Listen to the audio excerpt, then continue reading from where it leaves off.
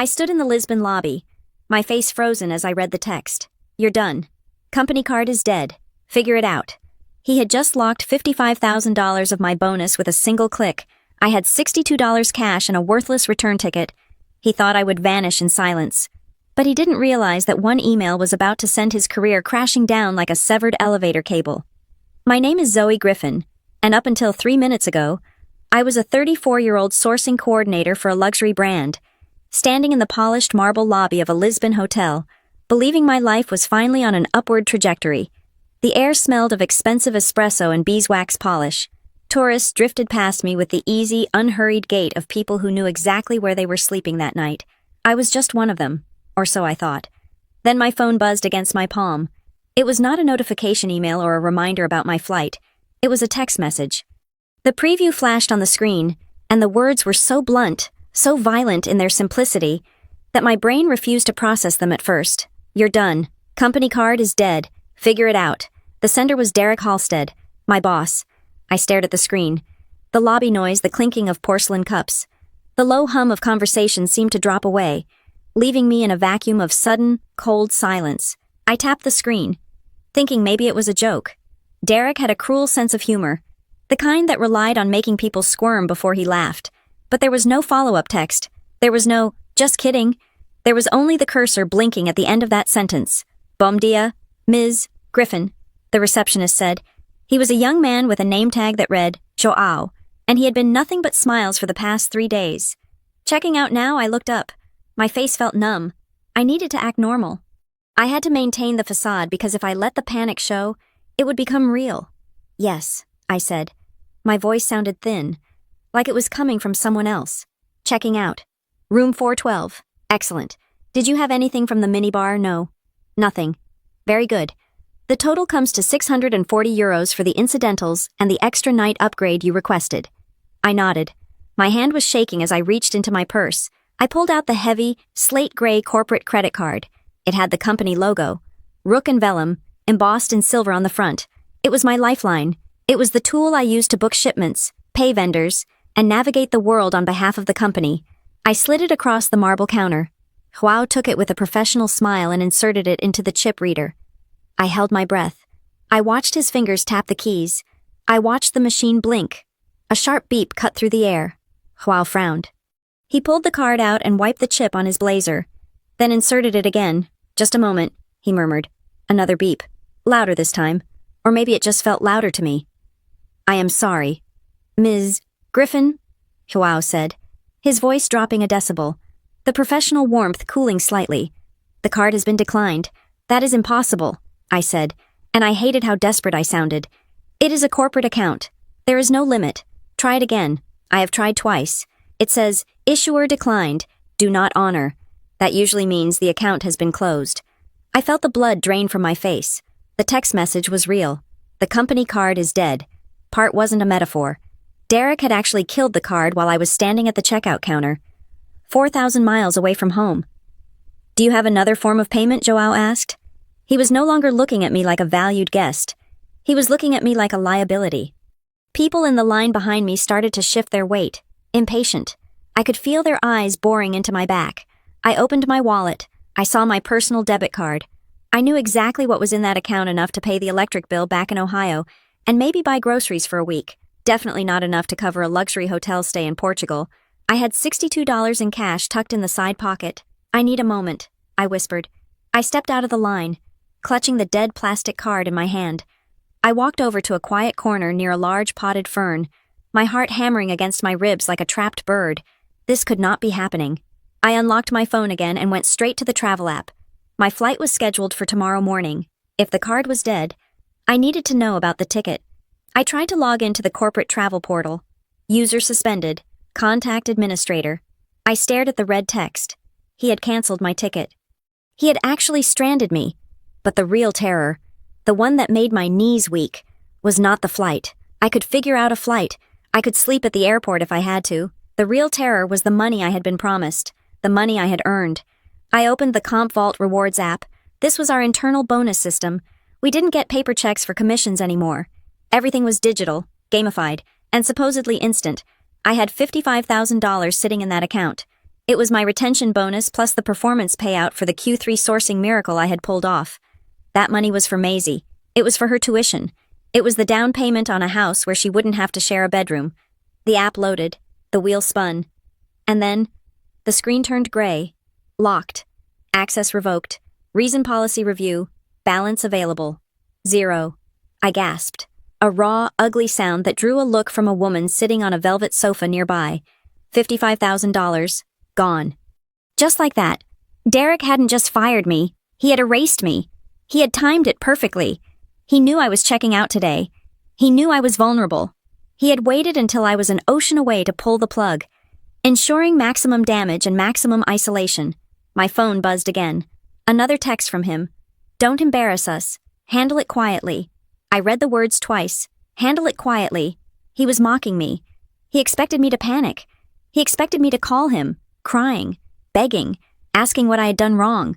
He expected me to use my own meager savings to limp home, terrified and silent, grateful if he decided to unlock the funds weeks later in exchange for a non-disclosure agreement. He wanted me to be the scared single mother who needed the job more than she needed her dignity. I looked up at the ceiling, blinking back the stinging heat in my eyes. I refused to cry in this lobby. I refused to give him the satisfaction of a breakdown, even if he couldn't see it. I looked down at my bag. Sticking out of the top was a thick manila folder.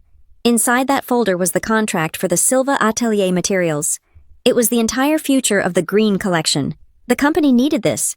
Without this cork leather, without the sustainable metal hardware from Mateo Silva's workshop, the entire upcoming launch would be a disaster. They had already pre-sold millions of dollars worth of inventory based on these samples, and I was the only one who could get Mateo to sign. Derek thought he had cut all my strings. He thought he had taken my shield and my sword. He thought I was just a stranded employee with $62 and a dead credit card. He forgot that I was the one holding the map. I looked at the folder. Then I looked at the dead credit card in my hand. I took a deep breath, inhaling the scent of polished wood and expensive lilies. The shaking in my hands stopped. A cold, hard clarity washed over me, replacing the panic. He wanted me to handle it quietly. Fine. Okay, I whispered to the empty air. My voice steady now. You want quiet? I will give you quiet. But first, let us play by the rules. I turned around and walked back toward the reception desk. I wasn't going to pay, but I wasn't going to run, either. I was going to start a war. To understand why standing in a Lisbon hotel lobby with $62 in my pocket felt like the end of the world. You have to understand the precarious math of my life. I was not a corporate shark. I did not come from money. I was the sourcing and vendor coordinator at Rook & Vellum, a title that sounded important on LinkedIn, but in reality meant I was the person who cleaned up the messes the executives made. My office was located in the back corner of our headquarters on the East Coast, far away from the floor-to-ceiling windows where the directors sat. My desk was a command center of sticky notes, time zone charts, and fabric swatches. I had been there for 5 years. In that time, I had learned that the fashion industry was not built on glamour. It was built on favors, panic, and the ability to keep a promise when everyone above you was breaking theirs. I was good at my job because I did not treat it like a transaction. I treated it like a relationship. I knew that the tannery manager in Italy had a daughter named Sophia who was struggling with algebra. I knew that the shipping coordinator in Vietnam did not check his email on Tuesday mornings because he was taking his mother to dialysis. I did not scream at vendors when shipments were late. I asked them how we could fix it together. I built a currency of trust that no budget line could quantify. My boss, Derek Halstead, did not understand this currency. Derek was 46 years old and smelled perpetually of sandalwood and aggressive ambition. He wore suits that cost more than my car, and he had a habit of leaning against my cubicle wall, crossing his arms, and delivering unsolicited life advice while looking over my head at his own reflection in the glass partition. He was the kind of man who thought leadership meant speaking the loudest. He hated it when I solved a problem he could not understand. He hated it even more when someone else noticed. I remember a Tuesday, 3 weeks before the Lisbon trip. I was eating a sandwich at my desk, trying to coordinate a zipper delivery from Taiwan, when Derek dropped a stack of files on my keyboard. "Zoe," he said, his voice carrying that patronizing lilt he reserved just for me. "We need to talk about your scope. You are getting bogged down in the minutiae again. You are just a coordinator. Stop trying to play strategy." I wiped a crumb from my lip. "The strategy relies on these zippers. Derek, If they do not arrive by Friday, the sample room shuts down. That is what I mean, he said, shaking his head as if I were a slow child. You think small. You are lucky to have a role here. Honestly, a company like Rook and Vellum usually looks for candidates with a more polished pedigree, but I stick my neck out for you because I know you need the paycheck. He let the words hang there. He knew exactly where to hit. I needed the paycheck because of Maisie. Maisie was 7 years old, a whirlwind of missing teeth and tangled hair, and she was my entire world. Her father had checked out of the picture before she was out of diapers, leaving us with nothing but silence and a few unpaid bills. I was the only thing standing between Maisie and the chaos of the world. Every decision I made was calculated against the cost of her stability. The rent on our 2-bedroom apartment, the gymnastics lessons she loved, the copay for her asthma inhalers, the terrifying reality that if I lost my health insurance, a single bad flu season could bankrupt us.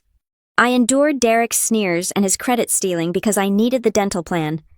I swallowed my pride every time he called me sweetheart in a meeting or told me to take notes while he repeated my ideas to the VP. Because I needed the matching contribution to my retirement fund, I was the invisible engine of the sourcing department. I made Derek look competent, and in exchange, I got to pay my bills. It was a cold transaction, but it was one I had accepted. Then came the crisis. Rook and Vellum was bleeding money. Our designs had grown stale, and the market was shifting towards sustainability. We needed a win. We needed a miracle. The executives came up with the Green Line, a collection of accessories made entirely from sustainable, ethical materials. It was the project that would save the quarter, save the year, perhaps even save the company. But there was a problem. The company had a bad reputation with the niche suppliers who made high-quality, sustainable materials. We had a history of paying late and canceling orders at the last minute. The artisans we needed, the ones who made cork leather that looked like calfskin, or recycled brass that didn't tarnish, did not want to work with us. Derek had tried to secure a contract with Silva Atelier, the premier material supplier in Portugal, and he had failed. He had tried to bully them with volume projections and big corporate words. They had stopped answering his emails. That was when he turned to me. They are being difficult, Derek had said, tossing the file onto my desk. Go to Lisbon. Fix it. Use your little charm offensive or whatever it is you do. Just do not come back without a signature. He did not send me because he respected me. He sent me because he was desperate, and he knew I was the only one who could get Mateo Silva on the phone. I had spent 2 years exchanging holiday cards with Mateo. I knew he was proud of his olive grove. I knew he valued honor over profit. This is a big opportunity for you, Zoe. Derek had told me, his eyes gleaming with something I should have recognized as malice. The bonus structure for this project is significant. $55,000 if you lock it in before the quarter ends. Think of what you could do for that kid of yours with that kind of money. He dangled the number in front of me like a carrot before a mule. $55,000. It was more than just a bonus. It was a safety net. It was a year of rent. It was a college fund for Maisie. It was the freedom to breathe for the first time in a decade. I looked at him, and for a moment, I saw the trap. But I also saw Maisie's face. I saw the worn-out tires on my sedan. I saw the bills piled on the kitchen counter. I will get the signature, I had said. Good girl, Derek had replied, tapping my desk. Just remember your place. You are there to facilitate. I am the one running the show. I flew to Lisbon with the weight of the company on my shoulders and the promise of that money in my heart. I spent 2 weeks in the dusty, sun-drenched workshop of Silva Atelier. I sat with Mateo and his wife, Inés. I drank their coffee. I listened to their fears about corporate giants crushing their family business. I promised them, looking them in the eye, that I would personally oversee their account. I gave them my word, not as an employee of Rook and Vellum, but as Zoe Griffin. I built the bridge that Derek had burned, and back in the States, Derek was watching the progress reports, seeing the green lights, and realizing that his coordinator was about to become the hero of the quarter. He realized that if I came back with that contract, the board would ask why they needed a director of sourcing who couldn't source, when the single mom in the back corner could do it better. I did not know it then, but my competence had signed my death warrant. So, as I stood in that lobby, the memories of the last 5 years flooded back. I thought of every time Derek had interrupted me, every time he had dismissed my concerns about vendor fatigue. I thought of the late nights I had spent fixing his spreadsheets while he was at happy hour. I thought of the way he looked at me, like I was a piece of office furniture that had suddenly started to talk. He thought he could crush me because I was dependent on him. He thought that by cutting off the money, he was cutting off my oxygen. He thought that a mother with a child to feed would be too terrified to fight back. He was right about the fear. I was terrified. My heart was pounding so hard I could feel it in my throat. But he was wrong about the reaction. I was not just a coordinator. I was a mother who had been fighting for survival since the day Maisie was born. I knew how to stretch a dollar, how to negotiate with landlords, and how to spot a liar from a mile away. Derek had mistaken my silence for weakness. He had mistaken my patience for submission. He had pushed the one person who knew exactly where the bodies were buried, and he had done it while I was holding the shovel. I looked at the phone in my hand, reading his message one last time. Handle it quietly. I closed my eyes and pictured Maisie. I pictured the life I wanted for her. Then I pictured Derek, sitting in his ergonomic chair, smelling of sandalwood, thinking he had won. The fear began to harden into something cold and sharp. I was done being the victim. I was done being the quiet, grateful employee. If he wanted a war, I would bring him a war, and I would do it with the exact tools he had mocked me for my attention to detail, my relationships, and my memory. I opened my eyes. I was ready. The warning signs were not explosions. They were quiet, bureaucratic erasures that happened so frequently I almost stopped noticing them. It started with the slide decks. 2 months before the Lisbon trip, I spent an entire weekend building a comprehensive vendor risk assessment for the board meeting. I color-coded the geopolitical risks, calculated the tariff implications for our Asian supply chain, and drafted a contingency map that was, frankly, a work of art. I emailed the file to Derek on Sunday night. The subject line was, Griffin Q3, Risk Assessment Final. On Monday morning, I sat in the back row of the conference room, clutching my notepad, ready to answer technical questions. The lights dimmed, the projector hummed to life. The title slide appeared on the screen, 10 feet tall. Strategic Sourcing Overview, and in the bottom right corner, in bold, sans serif font, presented by Derek Halstead. I blinked. I leaned forward. I watched as he clicked through the slides. They were my slides. He had not changed a single data point. He had not even changed the font color. The only thing he had changed was the file name. When I glanced at the laptop connected to the projector, I saw it saved on his desktop as Halstead Global Strategy. He stood there, gesturing at my work with a laser pointer, using words like synergy and holistic view, claiming ownership of hours he had spent on the golf course while I was cross-referencing shipping logs. After the meeting, the VP of Operations, a man named Marcus, who rarely looked down from the executive suite, clapped Derek on the shoulder. Brilliant deep dive on the tariff issue. Derek, Marcus said, really showed some foresight there. Derek beamed, that tight practice smile that never reached his eyes. Thank you, Marcus. I just wanted to make sure we were ahead of the curve. I stood there, invisible. When the room cleared, I walked up to Derek. I kept my voice low, professional. Derek, that was my deck. You did not even acknowledge the team. He looked at me as if I were speaking a foreign language. He slipped his laptop into his leather bag and sighed. Zoe, he said, shaking his head. We are a team. When I win, the department wins. Do not be so petty about who clicks the buttons. It makes you look small. That was his favorite weapon, the accusation of pettiness. If I claimed credit for my work, I was not being a team player. If I pointed out his errors, I was being difficult. He gaslit me so casually that I sometimes found myself checking my own sent folder just to prove to myself that I actually did the work. But the theft of credit was manageable. I could swallow my pride for the paycheck. What became unbearable was the way he weaponized my life as a mother against me. A week later, I received a call from Maisie's school. She had a fever of 102 degrees. I needed to pick her up. It was 3 p.m. on a Tuesday. The office was quiet. I walked to Derek's office, my car keys already in my hand. Derek, I said, standing in his doorway. I have to head out. Maisie is sick. I will finish the inventory audit from home tonight. He did not look up from his phone.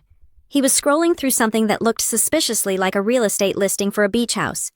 Again, he asked. I have not left early in 4 months, I replied, fighting the urge to defend myself. He finally looked up. He took off his glasses and rubbed the bridge of his nose, performing a pantomime of extreme exhaustion. You know, Zoe, this is the problem with hiring single parents, he said. The room went cold. I try to be accommodating. I really do. But mothers always want special treatment. You want the full-time salary, but you want the part-time hours. It creates resentment among the rest of the team. The rest of the team was two 22-year-old interns who spent half the day on TikTok. I work more hours than anyone in this department, I said, my voice hard. I will be online by 7 tonight. Just go. He waved a hand dismissively. But do not be surprised when this reflects on your commitment score during the review. That was the first time he hinted at the money, the bonus, the $55,000. Rook and Vellum had instituted a retention and performance payout structure to keep key staff during the restructuring. For me, that money was not just a bonus, it was everything. I had already mentally spent it. I had looked at a used Honda to replace my dying sedan. I had looked at a math tutor for Maisie. Derek knew this. He could smell the desperation on me like cheap perfume. 2 days before the Lisbon crisis, he called me into his office. He closed the door, which he never did unless he was about to say something that could get him sued by HR if it were recorded. I am finalizing the bonus allocations for the quarter, he said, leaning back in his chair. He tapped a pen against his teeth. You are slated for the full Tier 1 payout, $55,000. I have earned it, I said. My metrics are the highest in the division. Metrics are open to interpretation, he said softly. The payout requires manager approval on the behavioral component, collaboration, attitude, flexibility. He let the words hang there. He was rewriting history in real time. He was telling me that my 60-hour weeks meant nothing if I did not smile when he insulted me. If you continue to be rigid, he said, I might have to flag your file for a policy review, and you know how legal is. Once a bonus is under review, it can take months to clear. Sometimes it never clears. It would be a shame for you to lose that money over a bad attitude. I sat there, my hands clenched in my lap. He was holding my daughter's future hostage to ensure my silence. I understand, I said. It tasted like ash in my mouth. Good, he smiled. Now, about Portugal. The situation with Silva Atelier had been deteriorating for weeks, and it was entirely Derek's fault. He had been trying to negotiate with Mateo Silva using the same aggressive tactics he used with mass manufacturers in China. Derek did not understand the material. He thought cork leather was just plastic with a fancy name. He had sent an email to Mateo demanding they cut the drying time of the raw cork by 40% to speed up production. I had seen the email thread. Mateo's response had been polite but firm. To rush the drying is to ruin the integrity of the harvest. We cannot do this. Derek had replied, We are paying for product, not philosophy. Figure it out, or we walk. That was the breaking point. Mateo Silva, a man who had been crafting materials since before Derek was born, stopped responding. The silence from Lisbon was deafening. The Green Line launch was 3 months away, and we had 0 raw materials secured. Derek was panicking. But he couldn't admit he had messed up. He couldn't admit he didn't know the difference between high-grade cork and bulletin board material. So, he did what he always did. He threw me at the problem. He called me to his desk. His face was red, a vein throbbing in his temple. Your friends in Lisbon are playing games, he spat. They are ghosting us. Typical European laziness. They are not lazy, I said, defending Mateo instinctively. You insulted their process. Derek, you cannot speed up nature. I do not need a lecture on agriculture. Zoe. He slammed his hand on the desk. I need a contract. The VP is asking for the signed vendor agreement by Monday. If we do not have it, the whole line collapses. And if the line collapses, heads are going to roll. He stood up and walked to the window, looking out at the city skyline. I am booking you on a flight tonight, he said. You are going to Lisbon. Tonight? I asked. Derek, I need to arrange childcare. I cannot just leave. Then find a sitter. Call your mother. I do not care. He turned back to me, his eyes cold and hard. You are the one who claims to have this special relationship with them, so prove it. He walked over to me, invading my personal space, looming over me to emphasize the power dynamic. You go there, you apologize for whatever slight they think they imagined. You get Mateo Silva to sign the exclusive supply agreement at the price point I set. And Zoe...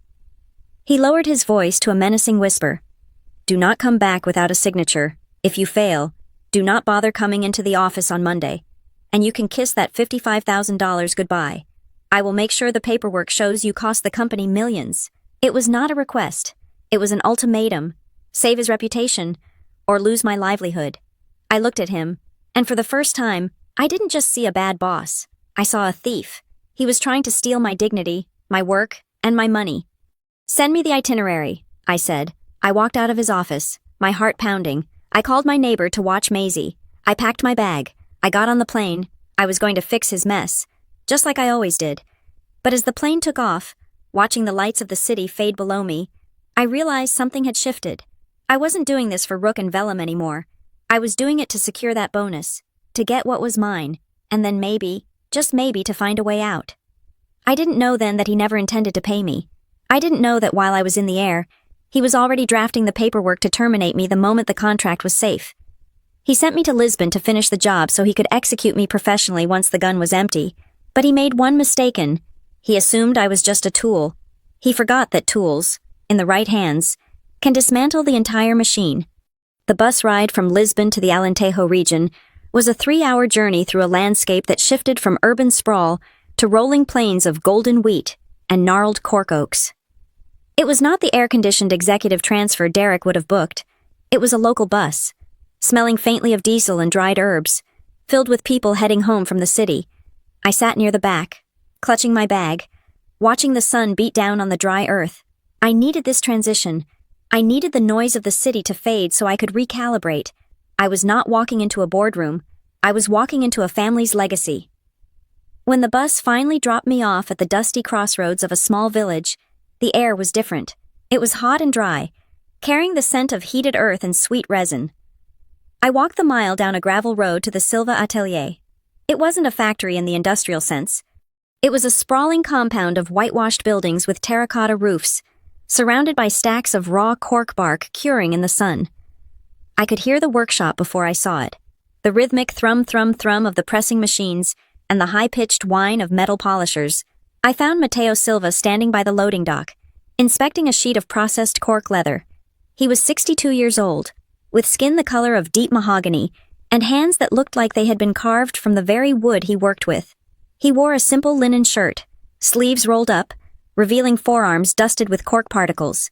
He saw me approaching, and his expression did not soften. He did not smile.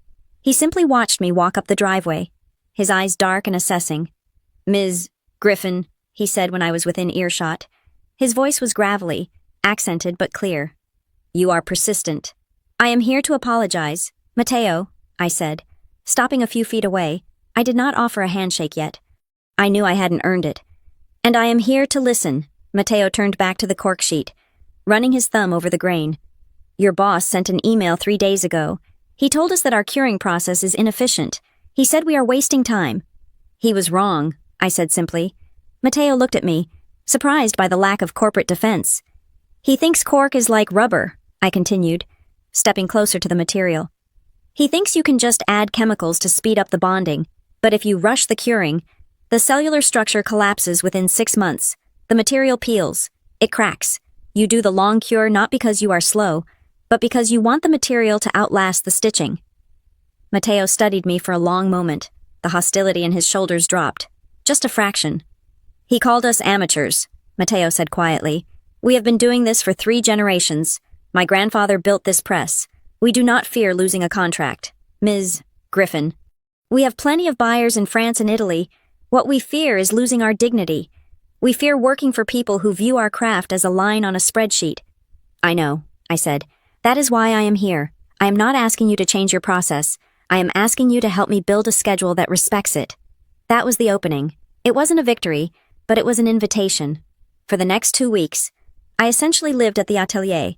I stayed at a small guest house in the village, but I spent 12 hours a day at the compound. I didn't sit in a conference room with a laptop. I put on work boots and walked the floor. I met Ines, Mateo's wife, who ran the administrative side of the business from a small office that smelled of espresso and old paper. She was a sharp woman with piercing eyes who could spot a calculation error in a shipping manifest from across the room. Initially, she treated me with polite distance, offering me coffee but keeping the ledger books closed. I won them over not with charm, but with competence. On the 3rd day, there was a crisis with a shipment of recycled brass hardware intended for a client in Milan. The logistics provider had canceled the pickup. Ines was on the phone, shouting in Portuguese, stressed and flushed. I asked for the phone. I called a contact I knew in Madrid, a freight forwarder who owed me a favor from a crisis 2 years ago. I spoke the universal language of logistics volume. Wait. Urgent clearance codes. Within 20 minutes. I had a truck rerouted to the atelier. Inés looked at me as I hung up the phone. You know the transport codes. I used to work in dispatch before I moved to sourcing. I said, I know how to fill a truck. Inés poured me a fresh cup of coffee. Sit, she said, pointing to the chair next to her desk. Let us look at your contract draft. That was the turning point. Over the next 10 days, we rebuilt the agreement from the ground up. I stopped trying to force Derek's unrealistic price targets. Instead, I built a tiered pricing model. If the material grade was Category A, we paid a premium. If the delivery timeline was expedited, we paid a rush fee that went directly to the workers' overtime fund, not just the general profit margin. I sat with Mateo in the evenings, watching him test the flexibility of the samples.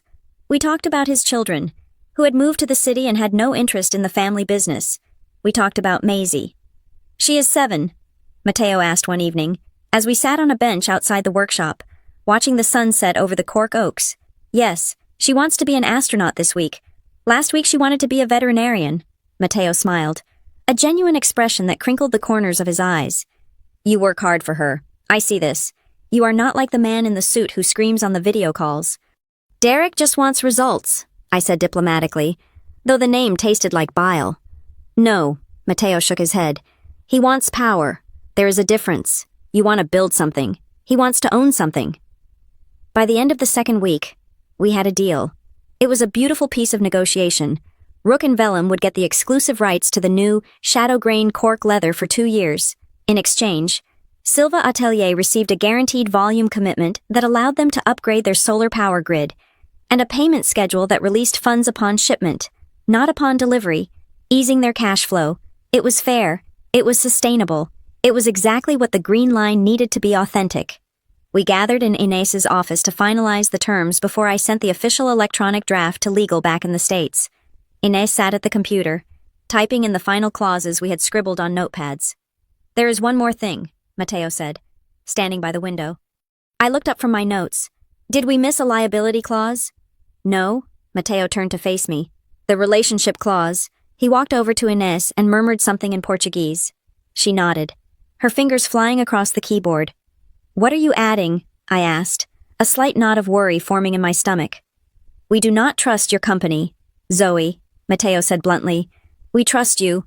We have seen how you work. We have seen that you understand the soil and the sweat. If we sign this, we are signing with you. Inés spun the monitor around so I could read the new paragraph at the bottom of the Termination and Key Personnel section. Clause 14b. Continuity of liaison.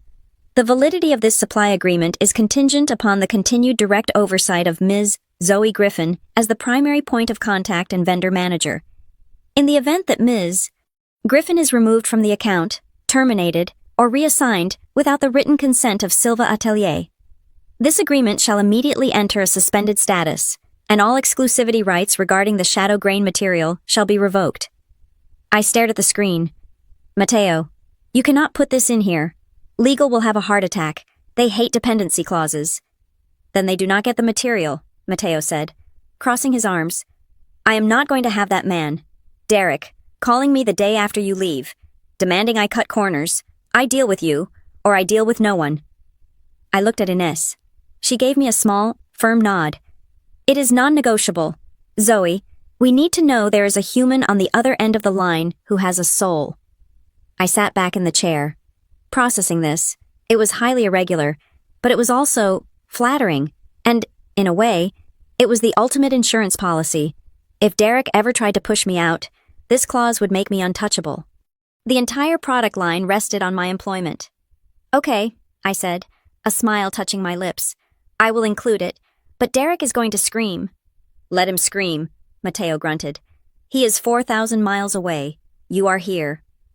We finalized the document. I felt a profound sense of accomplishment. I had done the impossible. I had saved the project, secured the bonus, and forged a genuine alliance in the middle of the Portuguese countryside. I walked back to my guest house that night under a sky crowded with stars, feeling lighter than I had in years. I had $62 in my pocket, but I had a contract worth millions in my laptop bag. I was going to fly home, collect my $55,000, and finally take Maisie to Disney World. I did not know that the email I sent to Derek that night, attaching the draft with the good news, would be the trigger for his betrayal. I thought I was sending him a victory.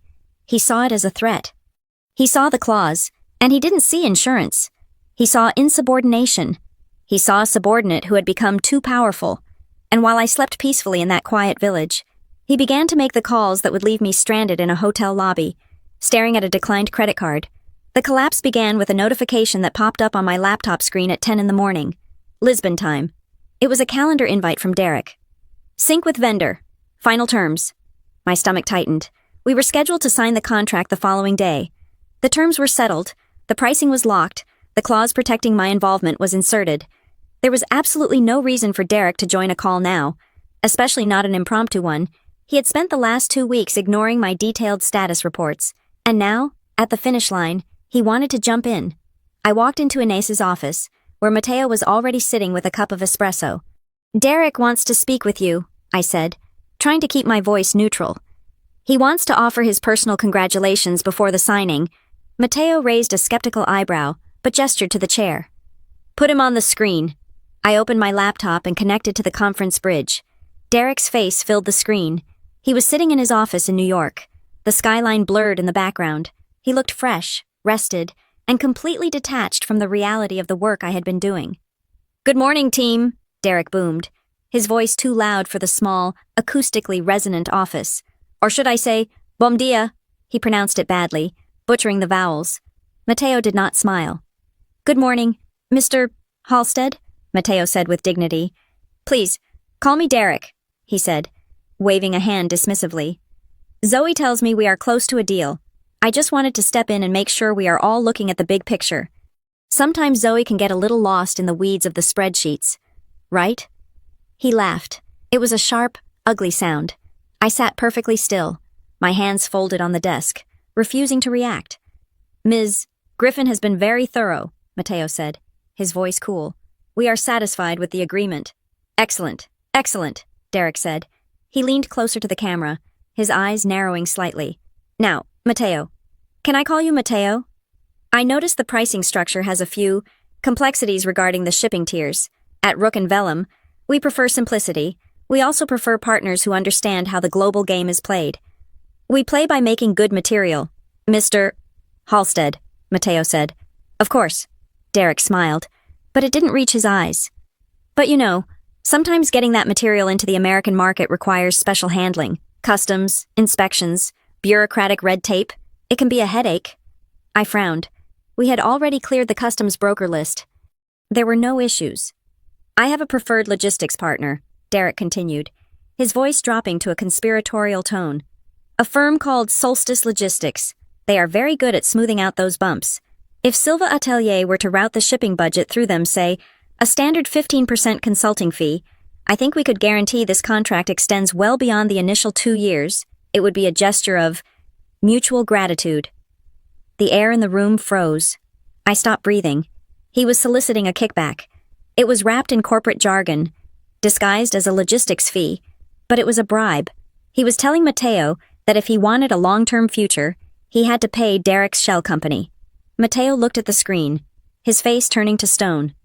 "We do not pay for gratitude, Mr. Halstead. We sell cork.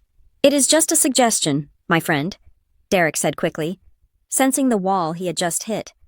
"Think about it. We want partners who are flexible. Anyway, I have to run to a board meeting. Zoe, wrap it up. Do not overcomplicate it." The screen went black as he disconnected. The silence in the office was deafening. I could hear the hum of the refrigerator in the corner. I felt sick.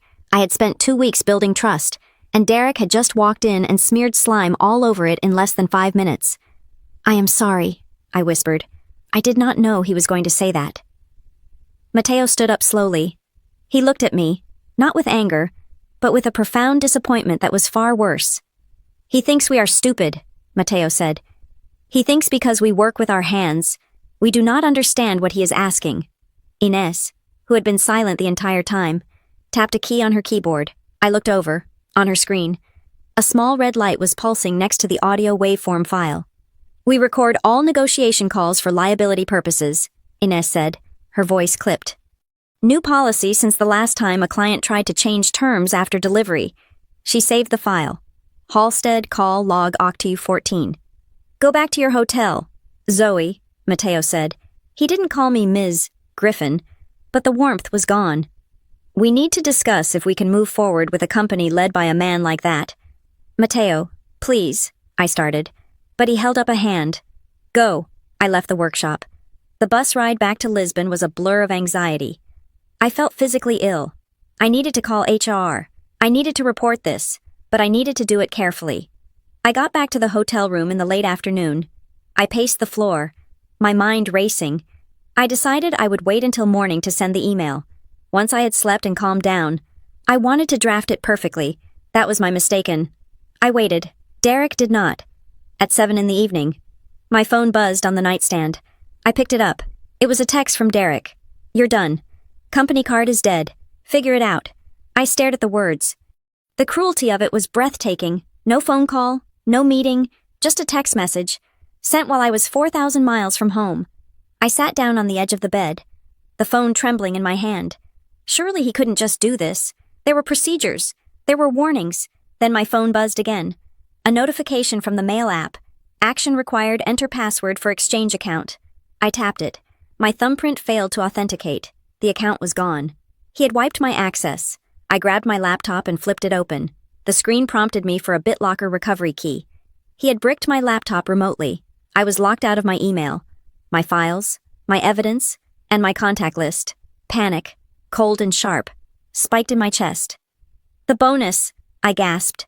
I grabbed my phone again. The CompVault Rewards app was a third-party system. Sometimes it lagged behind the main Active Directory. I opened it, my fingers slipping on the screen. The dashboard loaded. I saw the balance, $55,000. For 1 second, I felt relief. Then the status bar turned red. The numbers grayed out. Locked. Access revoked. Status under review policy. Concern. I made a sound that was half sob, half laugh. He had flagged it. Policy concern was the code for internal investigation. It meant the money was frozen indefinitely. He hadn't just fired me. He had framed me by marking it as a policy violation. He was laying the groundwork to say I was the one who had done something wrong. He knew I needed that money. He knew about the tuition. He knew about the rent. I stood up and ran to my purse. I dug out my wallet. I poured the contents onto the bedspread. 2 20-euro notes, a 10, some coins, and 62 American dollars. I had no credit card. My personal debit card had a balance of maybe $300, not enough for a last-minute flight from Lisbon to New York. The corporate card was dead. The hotel bill for the extra night I had booked to celebrate the signing was due tomorrow. I was trapped. My phone chimed one last time. If you contact anyone, I'll make this for cause. I stared at the screen until the backlight timed out, and the room plunged into darkness. For cause meant gross misconduct. It meant no unemployment benefits. It meant a permanent black mark on my record that would make it impossible to get another job in the industry. He was threatening to destroy my entire career if I tried to speak up. He had planned this. He had likely planned it the moment I sent him the draft with the key personnel clause.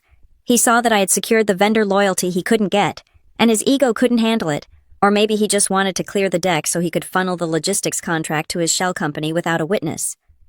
I walked to the window and looked out at the lights of Lisbon. The city looked beautiful and indifferent. I was alone. I had no money, I had no job, and I had a boss who was willing to starve my child to protect his graft. But as I stood there, looking at my reflection in the glass, the shock began to fade, replaced by a cold, hard clarity.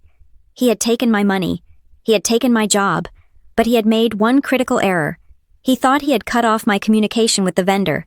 He thought that by bricking my laptop, he had silenced me. He forgot that Inés Silva kept handwritten notes. He forgot that Mateo Silva valued honor above profit. And he definitely forgot that the little red light on Inés's computer had been blinking for the entire duration of his gratitude fee speech. I turned away from the window. I looked at the $62 on the bed. Okay, I said to the empty room. You want to play dirty? Derek, let us see how you like the mud. I wasn't going to sleep.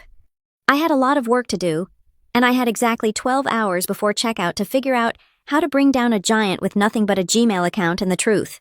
The taxi ride back to the Alentejo countryside cost me 45 euros. It was a reckless expenditure, leaving me with less than $20 to my name, but I had no other choice. The hotel was a dead end, a place where I was just a credit risk waiting to be evicted. The Silva Atelier was the only place left on the map where my name still meant something. I arrived well past 10 at night. The workshop was dark. Save for a single security light buzzing above the heavy iron gate, the silence of the vineyards felt heavy, pressing in against my ears after the chaotic noise of my own panic. I rang the bell, holding my breath, suddenly terrified that I had miscalculated. What if their kindness had a limit? What if, now that I was a fired, disgraced corporate pariah, they saw me as a liability too? The gate groaned open. Mateo stood there, wrapped in a thick wool cardigan against the night chill. He did not look surprised to see me. He looked furious, but as I stepped into the light, I realized the fury was not directed at me. His jaw was set hard, his eyes dark with a simmering indignation. He didn't offer a platitude. He didn't say he was sorry. He simply stepped aside and gestured for me to enter. "The guest room is made up," he said, his voice rough. "Inés is heating soup." That was it. No questions, no judgment. Just the immediate, practical acceptance of a family taking in a stray. Inside the small kitchen attached to the main office, the air smelled of kale and chorizo. Inés was at the stove, stirring a pot. When she turned to look at me, her expression mirrored Mateo's. There was no pity in her eyes. Pity is soft. Inés looked sharp, like a blade that had just been sharpened. "Sit," she commanded, placing a bowl of caldo verde in front of me. "Eat. You look pale." I ate because my body demanded it, even though my stomach was tied in knots. While I ate, Mateo paced the small room, his boots heavy on the tile floor. "He thinks we are pawns," Mateo growled, breaking the silence.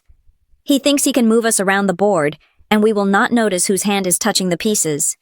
"He fired me via text message," I said quietly, staring into my soup.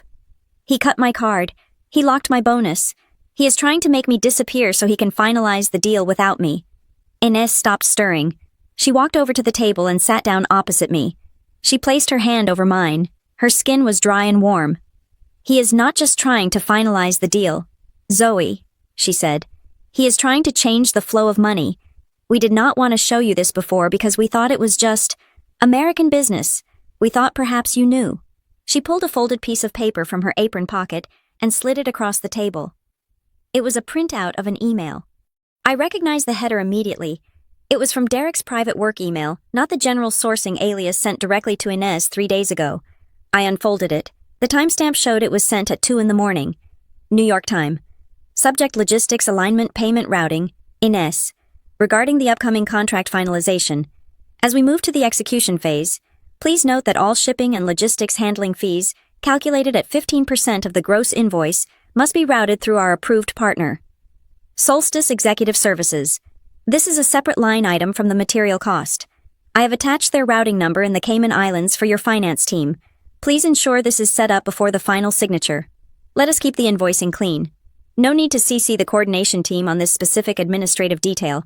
They get confused by the tax implications. I read it twice. The room seemed to tilt. Solstice Executive Services, I whispered.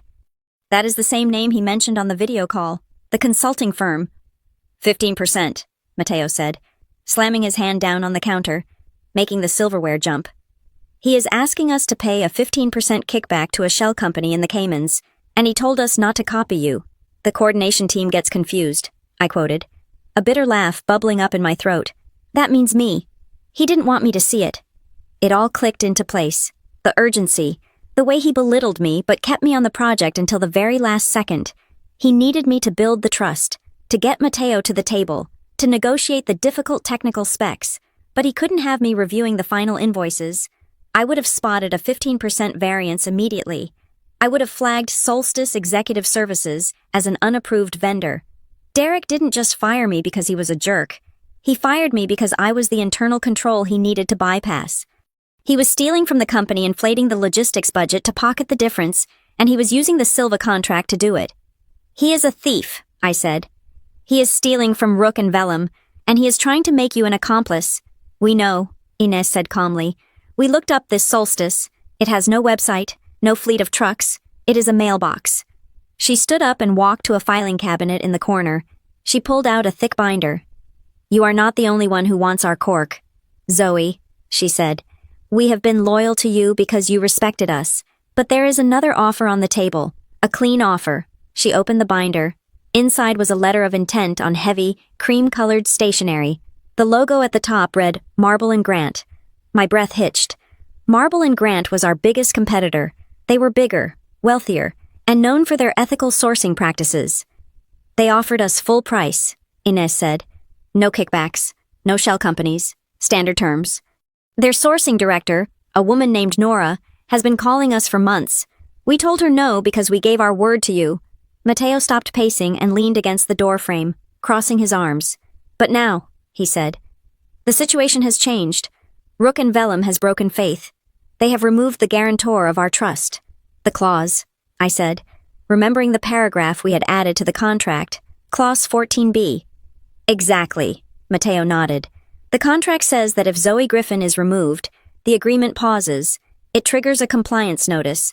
Legally, the moment he fired you, the deal died. I looked from Matteo to Inez. The gravity of what they were saying settled over me. Derek didn't know about clause 14b yet. He hadn't seen the final draft we worked on 2 nights ago. He was working off the previous version where he thought he had control.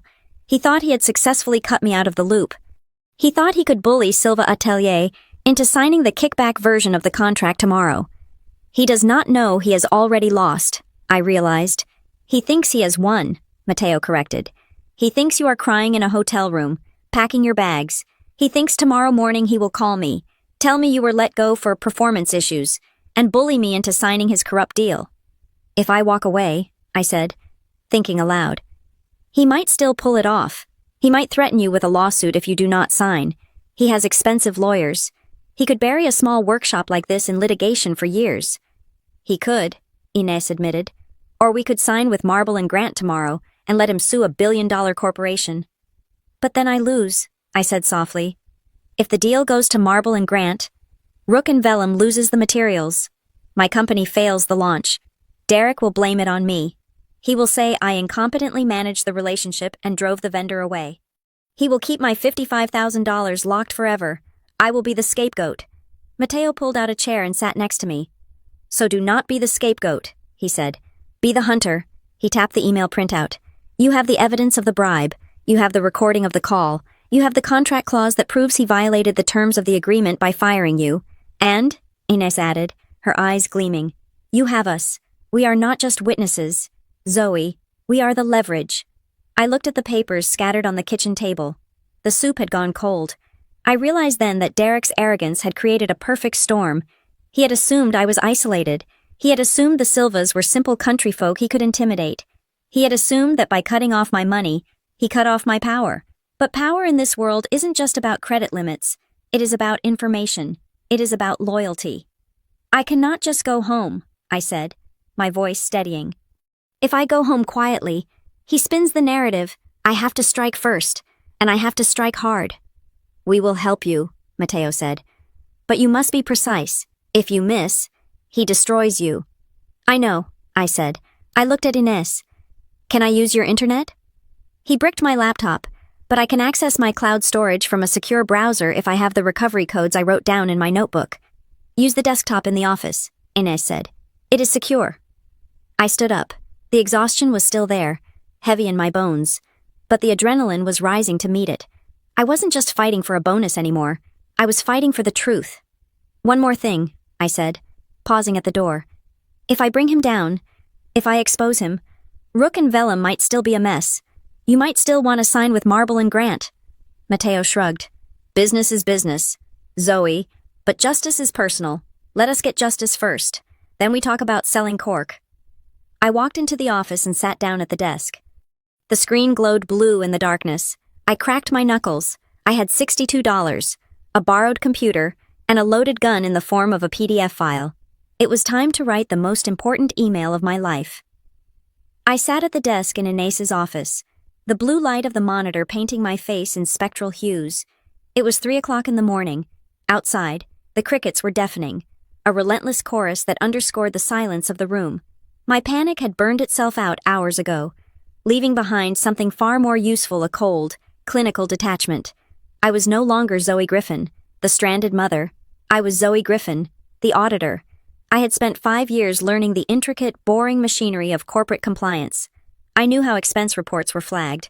I knew which keywords triggered an automatic review by legal. I knew that in the corporate world, truth does not matter as much as documentation. If it is not written down, it did not happen. If there is no timestamp, it is just a rumor. We need to build a fortress. I told Ines, who was sitting in the armchair behind me, nursing a fresh cup of coffee.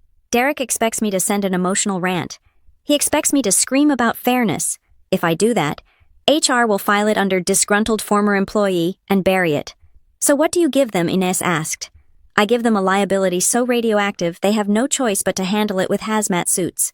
I started with the timeline. I opened a blank document and created a table. I did not use adjectives. I used timestamps. October 2nd. Assigned Lisbon contract negotiation by Derek Halstead. October 14th, 10 a.m. local time. Verbal instruction from Halstead to finalize terms. October 14th, 7 p.m. local time. Receipt of termination notice via text message. October 14th, 7:15 p.m. local time. Corporate credit card declined at hotel checkout. October 14th, 7:30 p.m. local time. Access to company travel portal revoked. It looked stark on the page. A clear, linear progression of events that painted a picture of premeditated abandonment. Next, I needed the financial smoking gun. I pulled up the screenshots on my phone, the only device I had left. I looked at the image of the CompVault app. The grayed-out text reading locked. Access revoked was damning, but the timestamp was the key. Look at this, I said, pointing at the screen. He locked the $55,000 exactly 12 minutes after he sent the firing text. But the policy manual, which I memorized, thank God, states that a policy concern review requires a formal written investigation to be opened before funds are frozen. He did it backwards. He froze the money to punish me. Then he will manufacture the cause later. That is retaliation, and retaliation is illegal. I uploaded the screenshot to the secure cloud folder I had created. Then came the heavy artillery. Ines, I need that email, I said, but do not just forward it. If you just hit forward, the metadata changes. He can claim I edited the text. I need you to export it as an Outlook item, preserving the internet headers. Ines moved to the computer. She navigated to the message where Derek had demanded the 15% kickback. She clicked through the menus, finding the Properties tab. Here, she said, pointing to the dense block of code that appeared. IP addresses, server routes, timestamps. Perfect. I said, that proves it came from his authenticated corporate account. He cannot say he was hacked. He cannot say it was a spoof. That digital fingerprint leads right back to his desk in New York. We saved the file evidence a Halstead solicitation, Mess G. Then Mateo walked in, holding a USB drive. He placed it on the desk with a heavy clatter. The video call, he said. I trimmed the file to the relevant 3 minutes. The part where he suggests the logistics fee and the part where he mentions the Cayman Islands partner, I plugged in the drive. I watched the video. Seeing Derek's face again made my stomach turn, but I forced myself to watch. If Silva Atelier were to route the shipping budget through them, Derek's voice oozed from the speakers. I think we could guarantee this contract extends well beyond the initial 2 years. It was textbook solicitation. It was a violation of the Foreign Corrupt Practices Act. It was not just a fireable offense. It was a federal crime. He is dead, I whispered. He just does not know it yet. I had the evidence. Now I needed the targets. I went to the Rook and Vellum corporate website. I didn't go to the Contact Us page. I went to the Investor Relations section. That is where the real power lives. I found the governance documents. I found the direct line for the Ethics and Compliance hotline, and more importantly, the specific email syntax for the executive team. I knew the CFO's name was Marcus Vane. I knew the general counsel was a woman named Eleanor Sterling. I had met her once in the elevator. She had eyes like a hawk and terrified the entire marketing department. She was exactly who I needed. I was about to start drafting the cover email when a notification popped up on the browser.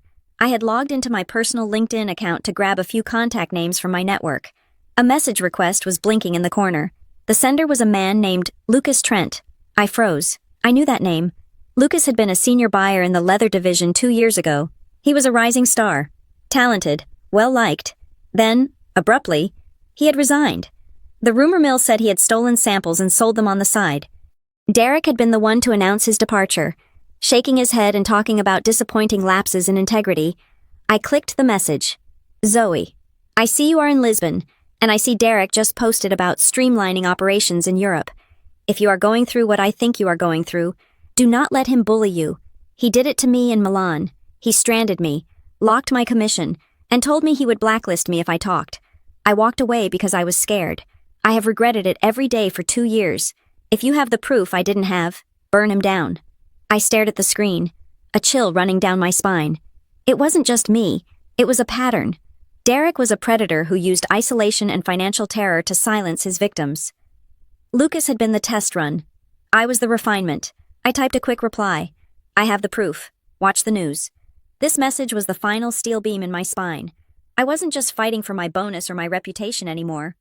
I was fighting for Lucas. I was fighting for every person Derek had crushed on his climb to the middle. I turned back to the blank email draft. Okay, I said, cracking my knuckles. Here we go. I typed the recipients in the blind copy line first, just to be safe. Eleanor Sterling, General Counsel. Marcus Vane, CFO.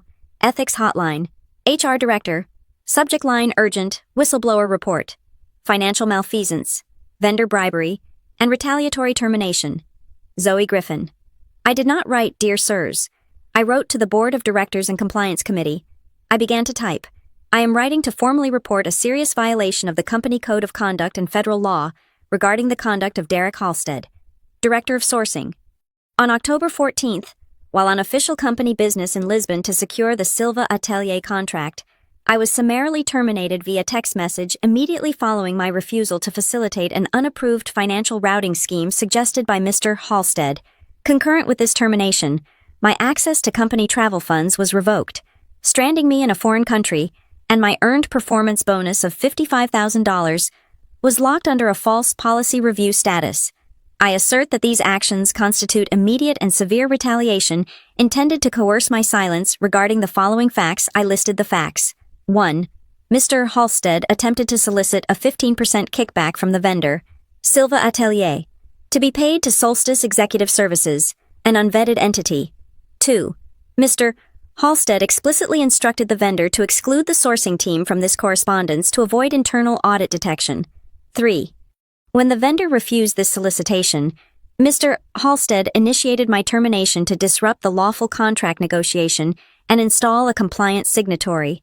Attached you will find Exhibit A email correspondence from Mr. Halstead soliciting the fee, with full internet headers. Exhibit B,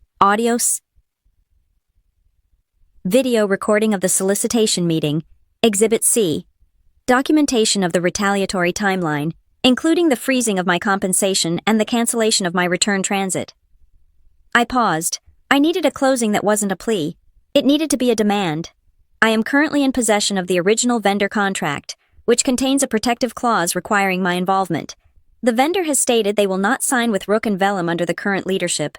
I am prepared to cooperate fully with a third-party investigation. However, my immediate safety and financial security have been compromised by the company's actions.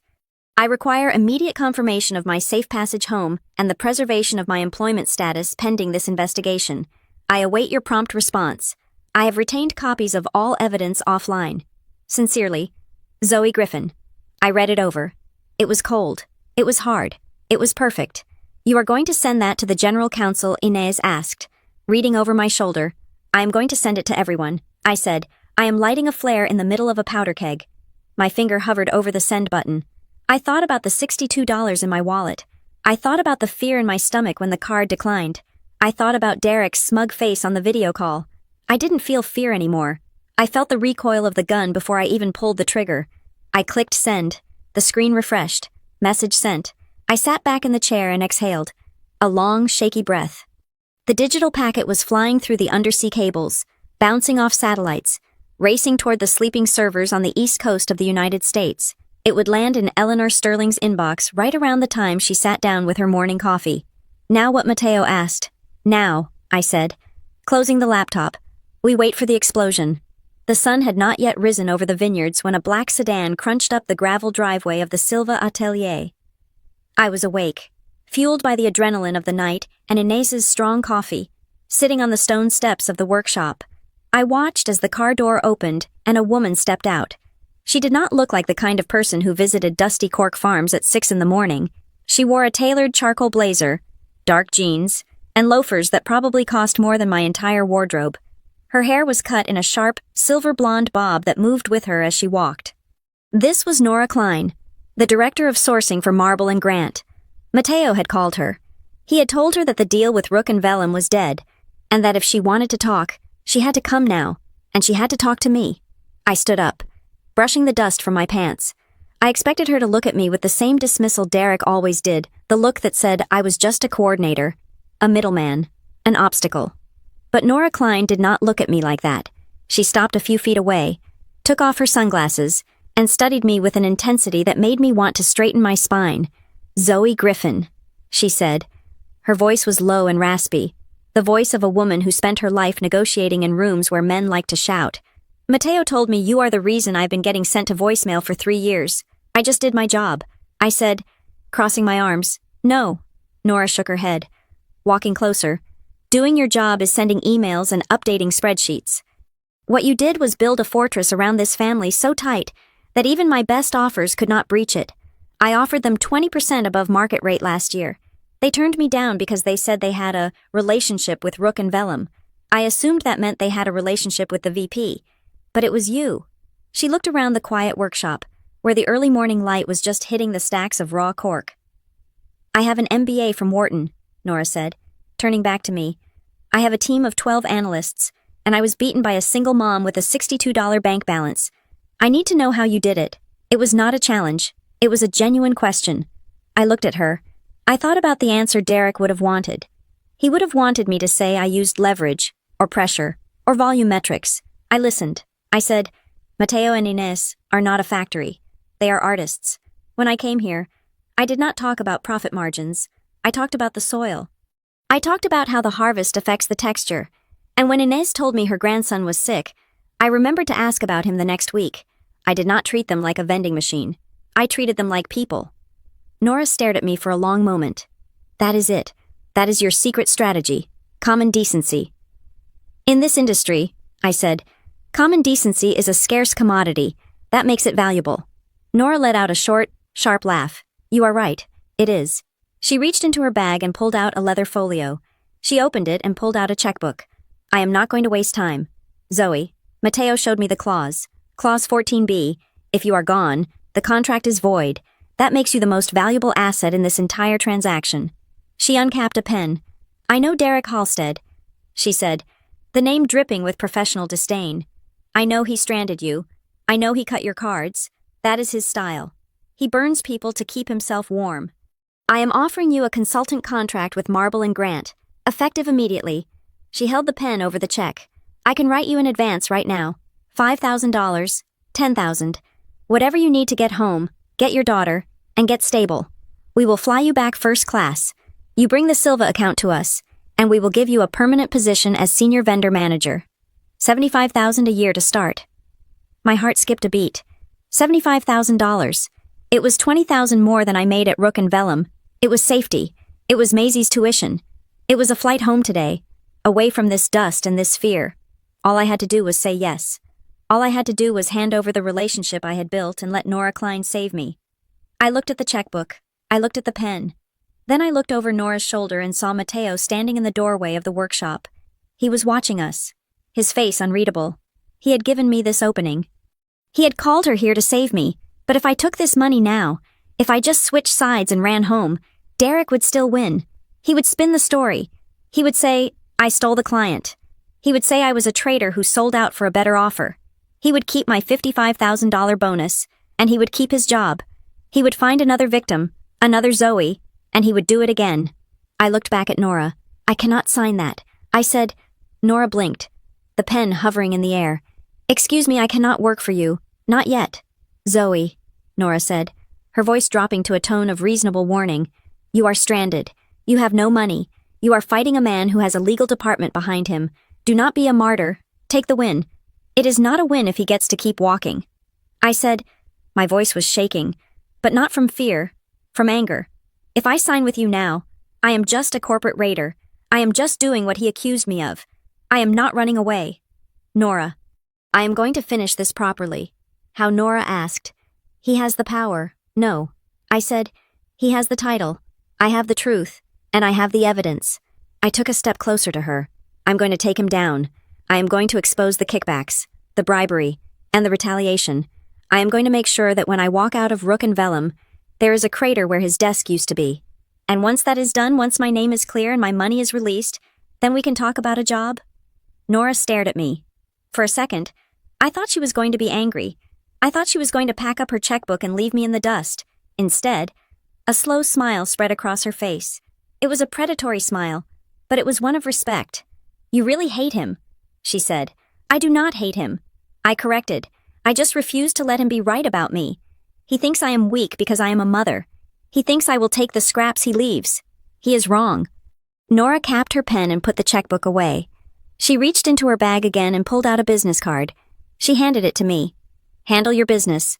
Zoe, she said, burn him down, if you need a character witness, or if you need someone to confirm that Marble and Grant refused to pay a kickback. You call me. I will testify. I would love to see Derek Halstead face a deposition. She turned to Mateo. We will wait. Mateo, when she is ready. We are ready. Good, Mateo said, nodding once. Because we do not sign without her. Nora got back in her car. She didn't offer me a ride. She knew I didn't want one. As the car disappeared down the road, leaving a trail of dust in the morning light, I felt a strange sense of calm settle over me. I had just turned down immediate safety for a chance at war. It was the most reckless thing I had ever done, and it felt absolutely right. You are a brave woman, Mateo said, coming down the steps, or a crazy one. A little of both, I said. Can I use the office again? I have one last thing to do. The computer is yours, he said. I walked back into the cool, dark office. The smell of old paper and coffee was comforting now. I sat down at the desk and woke up the monitor. My reflection stared back at me from the black screen before the browser loaded. I looked tired. My hair was pulled back in a messy bun, and there were dark circles under my eyes, but my eyes were clear. I opened the email client. I opened a new message window. I typed the recipients in the blind copy field again, just to be sure. Eleanor Sterling, Marcus Vane, the ethics hotline. I took a deep breath. This was it. There was no going back after this. This wasn't just a complaint. It was a demolition charge. I looked at the empty subject line. My fingers hovered over the keys. I thought about the $55,000. I thought about the access revoked screen.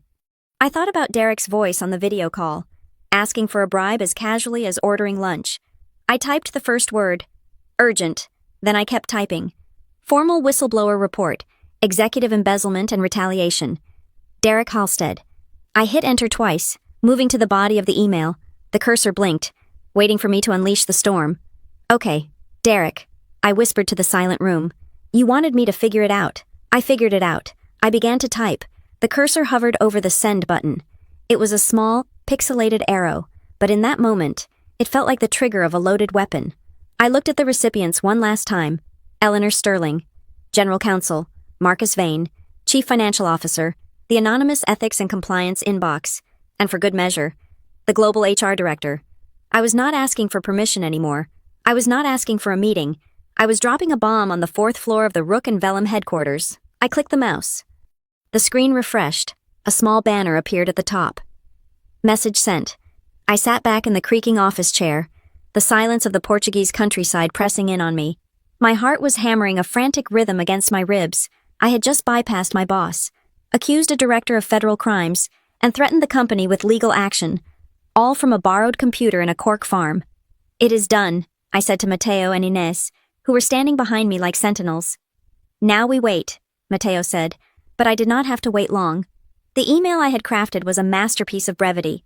I had stripped away all the emotion, all the adjectives, all the I feel statements. It was a bulleted list of undeniable facts, designed to terrify any corporate lawyer who read it. Subject: urgent whistleblower report. Derek Halstead. Financial malfeasance and retaliation. To the Executive Committee, I am writing to report immediate and severe misconduct by Director of Sourcing, Derek Halstead. 1. I was terminated via text message at 7 p.m. local time on October 14th, while on active duty in Lisbon, solely for refusing to facilitate an unapproved 15% kickback to a shell company named Solstice Executive Services. 2. My corporate credit card and return travel were immediately canceled, stranding me abroad without funds. 3. My earned bonus of $55,000 was manually locked under a false policy concern status simultaneous to my firing.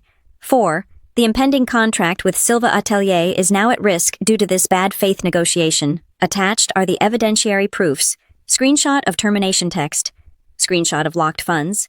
Timeline of events. Email from Mr. Halstead soliciting the kickback with headers. Audio recording of Mr. Halstead explicitly requesting the gratitude fee. My requirements are simple. I need a confirmed flight home within 24 hours and a written confirmation that my compensation is being audited by a neutral party. If I do not receive a response, I will proceed with external legal counsel.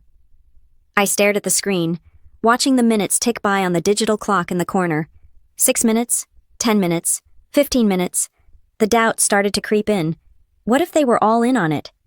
What if Derek was just the bagman for a larger scheme involving the CFO? What if they deleted the email and wiped the server?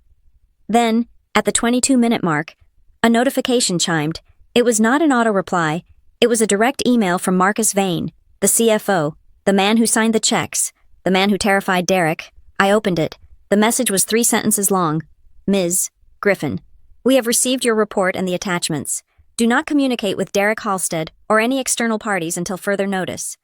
HR will contact you immediately to arrange your return. Marcus Vane. I let out a breath I didn't know I was holding. They are listening. Do not communicate, Ines read over my shoulder. That means they are panicked. They want to contain the blast. Good, I said. Let them panic. 5 minutes later, the phone on the desk, Ines's landline, which I had included in the email, rang. It was a shrill, old-fashioned sound that made us all jump. I picked it up. This is Zoe. Ms. Griffin. The voice on the other end was breathless, clipped, and very American. This is Elena Rossetti, VP of Human Resources. I have Eleanor Sterling from Legal on the line as well. I am listening, I said. My voice was steady, colder than I felt. First of all, are you safe? Elena asked. It was the requisite liability question. They needed to establish that I wasn't currently in danger so they couldn't be sued for negligence. I am safe thanks to the charity of the vendors you tried to defraud, I said. I am currently at the Silva Atelier. I have $62 to my name. Elena, my hotel evicted me because my card was declined. There was a heavy silence on the line. I could hear the scratching of a pen. We are rectifying the travel situation immediately, Elena said, her voice tight. I have just emailed a confirmation code to your personal address. It is a first-class ticket on the 10 a.m. flight out of Lisbon tomorrow. We have also arranged a prepaid stay at the airport Marriott for tonight, including a per diem for meals. And the bonus? I asked. The $55,000 that Derek stole. That is, a more complex issue. Eleanor Sterling spoke up. Her voice was like dry ice. However, we have launched a forensic audit based on your attachments. Zoe, I need you to answer one question. Did you ever, at any point, agree to the terms regarding Solstice Executive Services? Absolutely not, I said. That is why I was fired.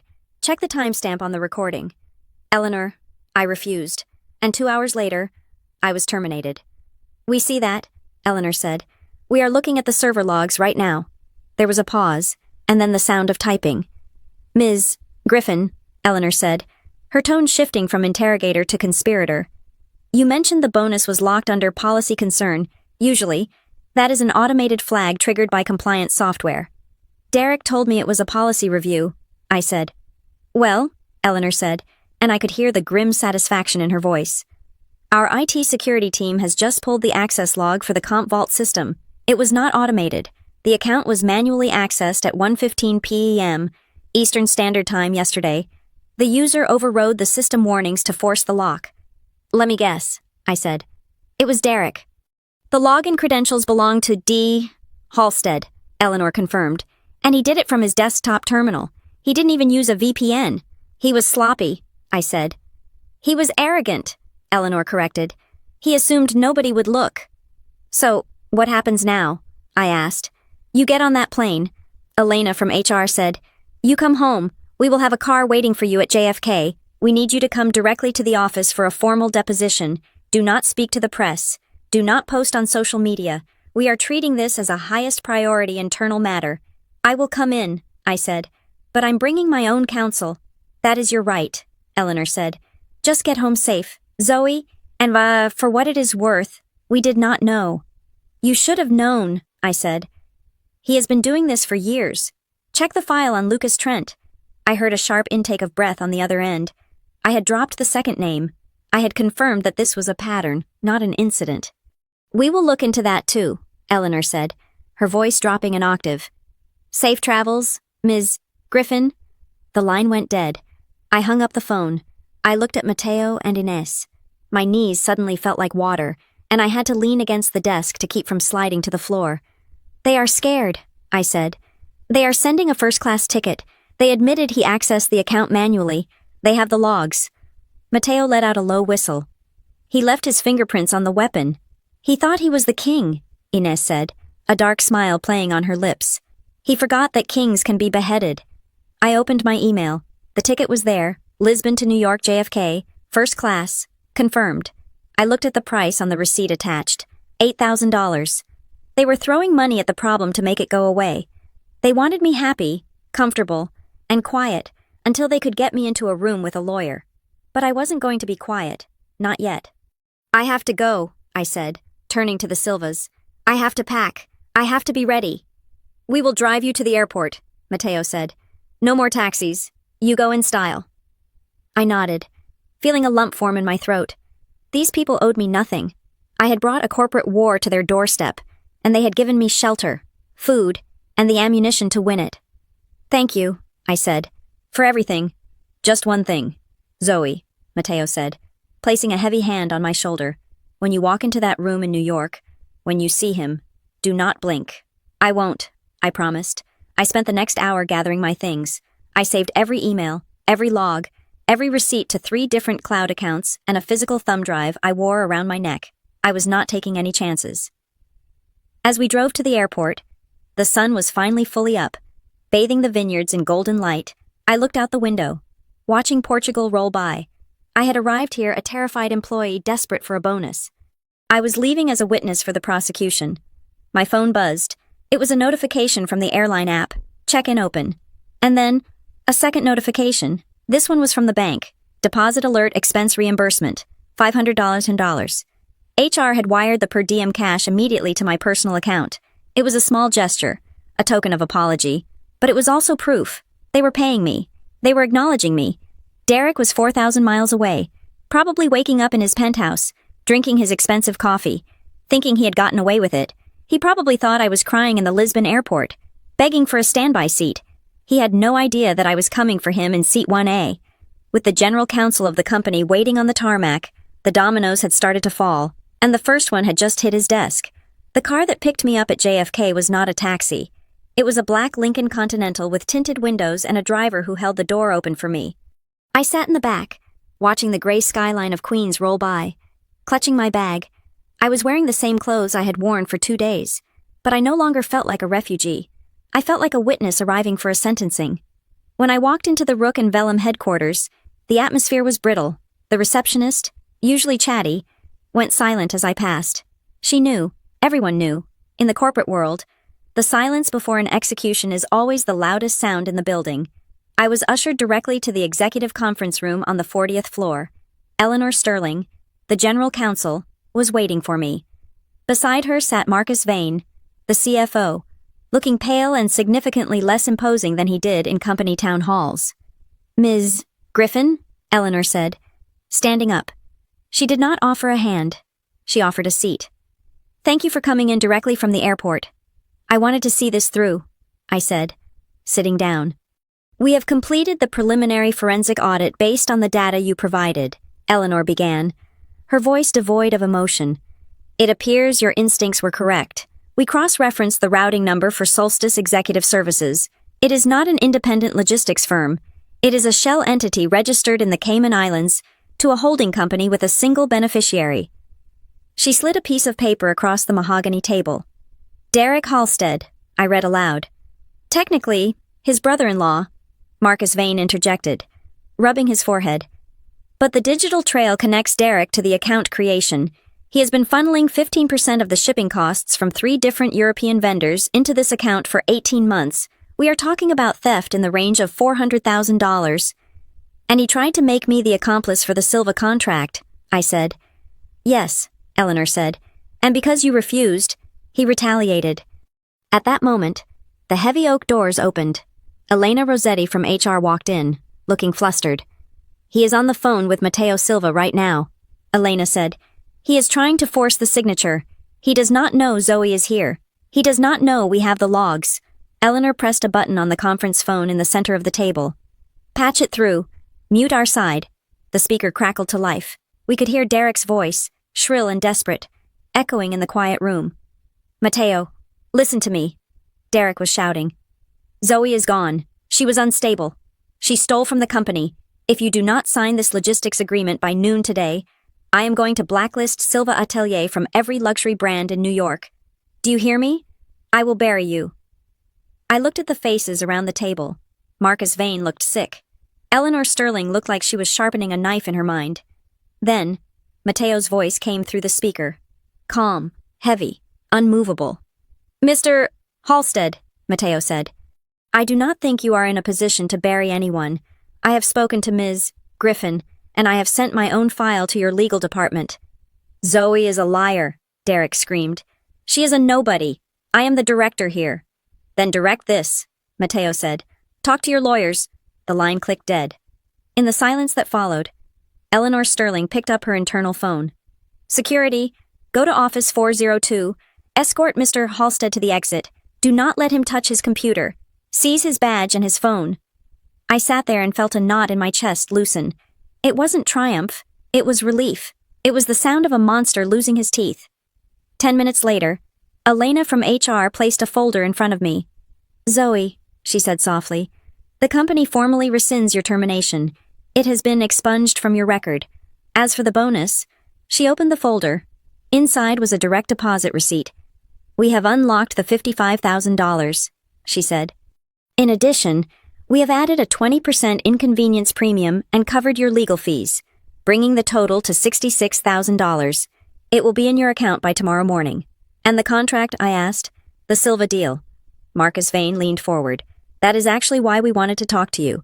Mateo Silva has made it clear he will not sign with us unless you remain the point of contact. We want to offer you a promotion. Senior sourcing manager. A 20% raise. We need you to fix this. Zoe, we need you to save the green line. I looked at them. I looked at the panicked executives who had only cared about me when I became a threat. They thought money could fix the fact that they had let a predator run wild in their department for years. I am sorry, I said, standing up, but I am not your emergency exit. Zoe, please, Marcus stammered. We can discuss the salary. It is not about the salary, I said. It is about the culture. You let him do this. And if I hadn't sent that email, you would have let him destroy me. I cannot work for a company where my safety depends on how well I can document a crime. I walked out of the conference room. As I reached the elevator bank, the doors slid open. 2 security guards were flanked around a man holding a cardboard box. It was Derek. He looked smaller than I remembered. His tie was loosened, his face was a blotchy red, and he was clutching the box like a shield. When he saw me standing there, he stopped. For a second, I thought he was going to scream. I thought he was going to threaten me again. But he just stared, his mouth opening and closing wordlessly. He looked at me, and then he looked at the security guards, and the reality of his situation crashed down on him. You, he whispered. You did this. No. Derek, I said, my voice calm and carrying through the lobby. You did this. I just turned on the lights. I stepped into the elevator as he was led away. The doors closed, sealing him out of my life forever. The reunion with Maisie was everything I had fought for. When I walked through the door of my apartment, she slammed into me with the force of a small cannonball. I held her tight, breathing in the smell of her strawberry shampoo, and for the first time in weeks, I didn't feel the crushing weight of anxiety. Did you bring me a present? She asked, looking up with wide eyes. I brought you something better, I said, kissing her forehead. I brought us a future. The next day, the fallout continued. My email had triggered a domino effect. 2 other vendors, a silk supplier in Italy and a hardware manufacturer in Vietnam, came forward after hearing the rumors. They provided emails where Derek had used similar language to extort expedited processing fees. It turned out I wasn't the exception. I was the one who broke the dam. Derek wasn't just fired. He was facing a federal indictment for wire fraud and embezzlement. 3 days later, I met Nora Klein at a coffee shop in Manhattan. She didn't bring a checkbook this time. She brought a contract. I heard you turned down Rook and Vellum's counteroffer, Nora said, sliding the document across the table. That took guts. It took self-respect, I said. I read the contract. It was exactly what we had discussed. A consultant lead role, flexible hours, a clause that explicitly stated I could prioritize family emergencies without penalty, and a salary that reflected my actual value, not just what they thought they could get away with paying a single mom. Marble and Grant signed the Silva Atelier deal this morning, Nora said. Mateo included the clause, you are the exclusive liaison. He said to tell you that the cork harvest is looking good this year. I signed the paper. Welcome to the team. Zoe, Nora said, shaking my hand. Thank you, I said. It feels good to be on a team that actually plays by the rules. That night, after I put Maisie to bed, I sat on my balcony with a glass of wine. I checked my bank account. The $66,000 was there. It was real. I paid off the credit card debt. I transferred the tuition money. I set aside 6 months of rent. I thought about the hotel lobby in Lisbon. I thought about the moment the card declined, and the world felt like it was ending. I thought about the fear that had almost paralyzed me. Derek had tried to use that fear as a weapon. He thought that because I was a mother, because I was alone, because I needed the money, I would be easy to break. He thought he could erase me with a text message, but he forgot the most important rule of survival. You never corner something that has nothing left to lose. I took a sip of wine and looked at the city lights. I wasn't just a survivor anymore. I was the architect of my own life. And I knew that no matter what happened next, I would never, ever let anyone hold the keys to my existence again. One email didn't destroy Derek Halstead. His own greed did that. The email just made sure that when he fell, everyone was watching. And me, I was just getting started. Thank you so much for listening to my story. It was a long journey from that hotel lobby in Lisbon to where I am now. And I appreciate you sticking with me through the fight. I would love to know where you are tuning in from. Are you listening on your commute, at work, or maybe while fighting your own battles? Let me know in the comments below. I read every single one, and if you enjoyed seeing justice served, please make sure to subscribe to the Boss Revenge Stories channel. Hit that like button, and smash the hype button to help this story get heard by more people who might need a reminder that they have power too. Stay strong, and never let them silence you.